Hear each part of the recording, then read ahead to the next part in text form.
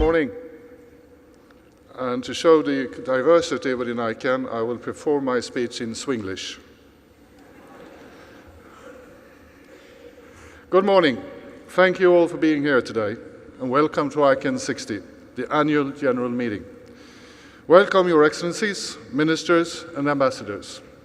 Welcome and thank you to His Excellency Hamadou Bey Al Mansourou, sorry about my pronunciation, from the Director General of the Telecom Regulatory Authority, which is also our host.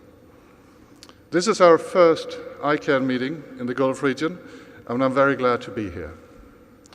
The United Arab Emirates is in the forefront of digital transformation in the region and a leader in infrastructure development and growth of digital services. The UAE is also one of the region's most advanced country code top-level domains, IA, and the Arabic IDN Emirate.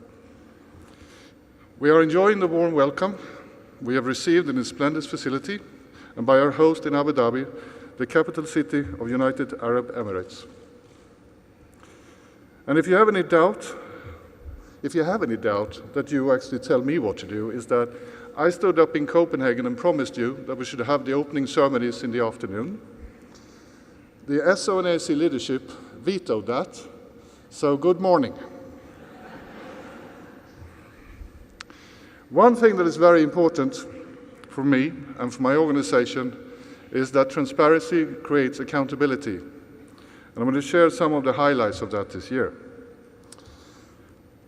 I hope you had a chance to look at the flow charts that we now have on the websites together with the manuals, which we have developed together with you over the last year. It's mapping out our sometimes a little bit problematic structures and can make us all do a better job.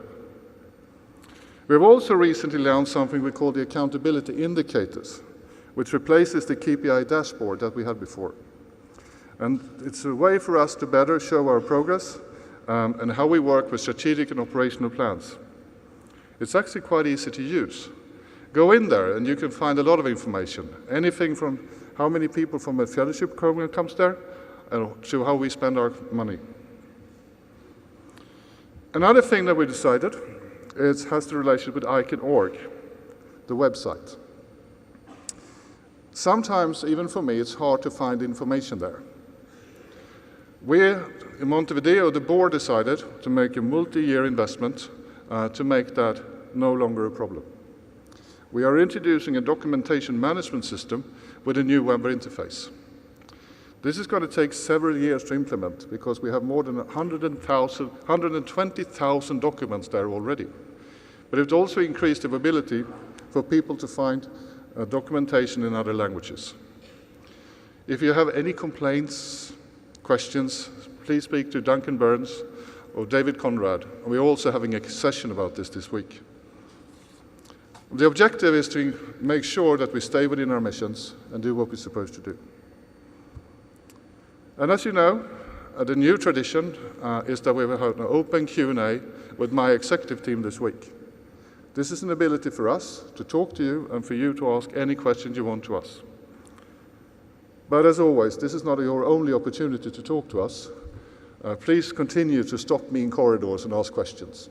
Please also ask my team questions. They probably have better answers than me.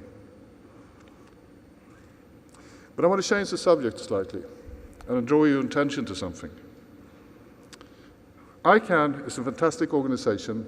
No one has done what we've done before. Together, you have created what is the user interface to Internet for many users around the world. That makes you important. That makes this meeting important. But we're not without challenges. Many places around the world, there are legislative proposals that can have a direct effect on our possibility to make policies. We don't judge on them. Many of them are for very good intentions, but sometimes the road to hell is paved with good intentions. This week, one of the items we talk about a lot is the European legislation about GDPR. Please come to this session about that so we can continue the discussion. But think also about it not only from a tech law perspective, think about it also from an internet governance perspective. Because we will see many of those, and we have to figure out together how we can be in the room not to interfere with politics, because we should never do that, but sometimes help and tell how Internet and ICANN actually works. I also would like to extend the heartfelt hopes for our friends in Puerto Rico and its neighbors, and that they will experience a speedy recovery in the wake of devastating Hurricane Maria, and emphasize that we have a strong desire to keep our promise ICANN61 in the Puerto Rican capital of San Juan.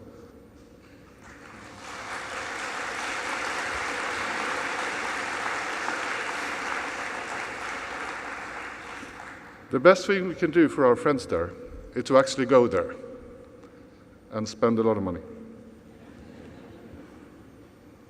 As you know, one of the reasons we're here is to say goodbye to a dear friend. Someone who has influenced me a lot over the last 18 months. Someone we will be missing, seeing in the halls, dinners, who is really a pillar of our community. And I would like you to join me to give a round of applause to Beth Crocker.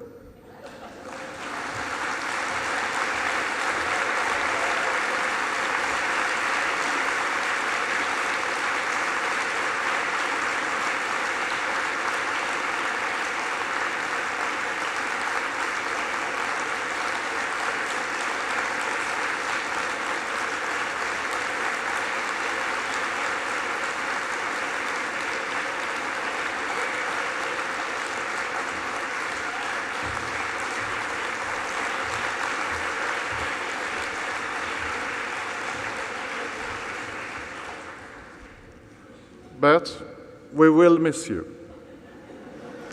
We'll also miss you that you enabled Steve to achieve and accomplish his run with ICANN. And it is like they usually say, behind every successful man stands a surprised woman.